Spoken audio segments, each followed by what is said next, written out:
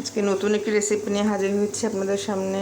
ডাল ভুনা ঝটপট রান্নার জন্য এটা কিন্তু খুবই একটি রুচিদায়ক খাবার। কিছু না, দিয়েছি কাঁচামরিচ, পেঁয়াজ, তেজপাতা, আর এখন দিচ্ছি একটু হলুদের গুঁড়া, পরিমাণ মতো দিয়ে দিবেন।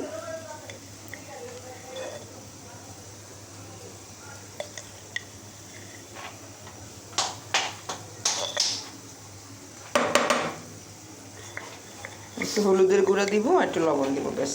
এই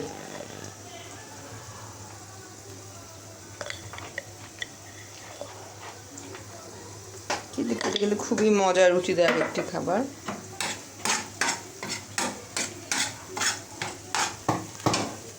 এখন দিয়ে দিব লবণ,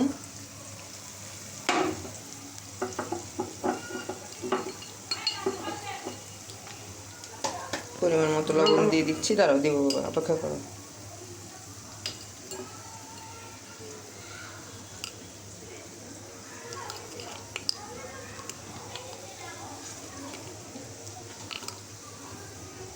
যাও ধরো। এখন দিয়ে দিলাম লবণ, আর এখানে এই যে মসুর ডাল আগে ভিজিয়ে রেখেছিলাম পানি দিয়ে আধা ঘন্টা, এখন এই যেগুলো দিয়ে দিব।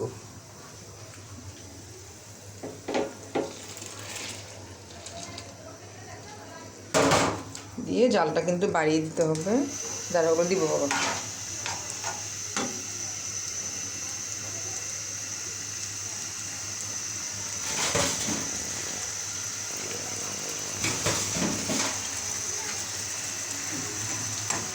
যাও।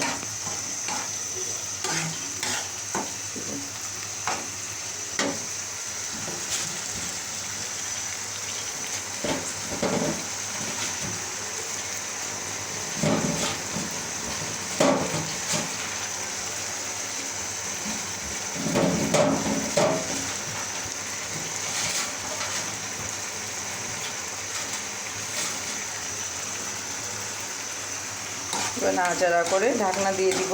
ঢাকনা একটু খোলা থাকবে, চুলার জাল কিন্তু বাড়ানো থাকবে এরকম।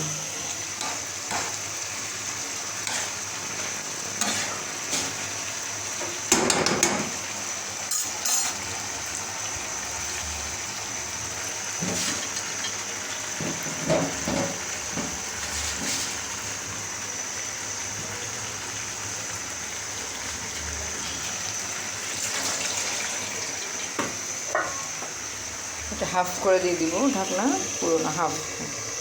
যখন পানিটা টেনে আসবে তখন ছোট করে দিব জালটা। কিছুক্ষণের মধ্যে পানিটা টানা হয়ে যাবে, তখন ছোট করে দিব। এটা মানে একদম ঝুরঝুরা বসা বসা হবে জিনিসটা।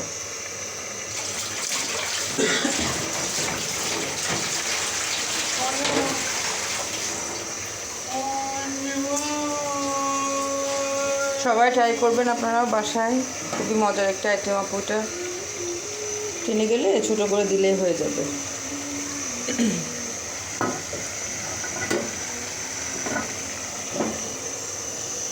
যে এখনই পানিটা টেনে যাবে।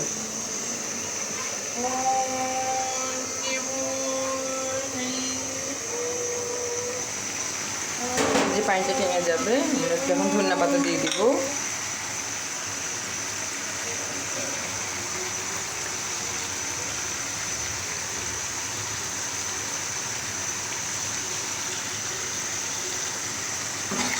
একটু নেড়ে দিব।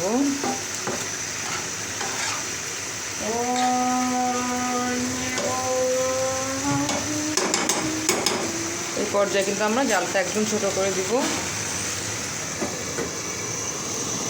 এখন হয়ে যাবে, যেহেতু পানিটা টেনে গেছে আমাদের, এখন হয়ে যাবে এটা।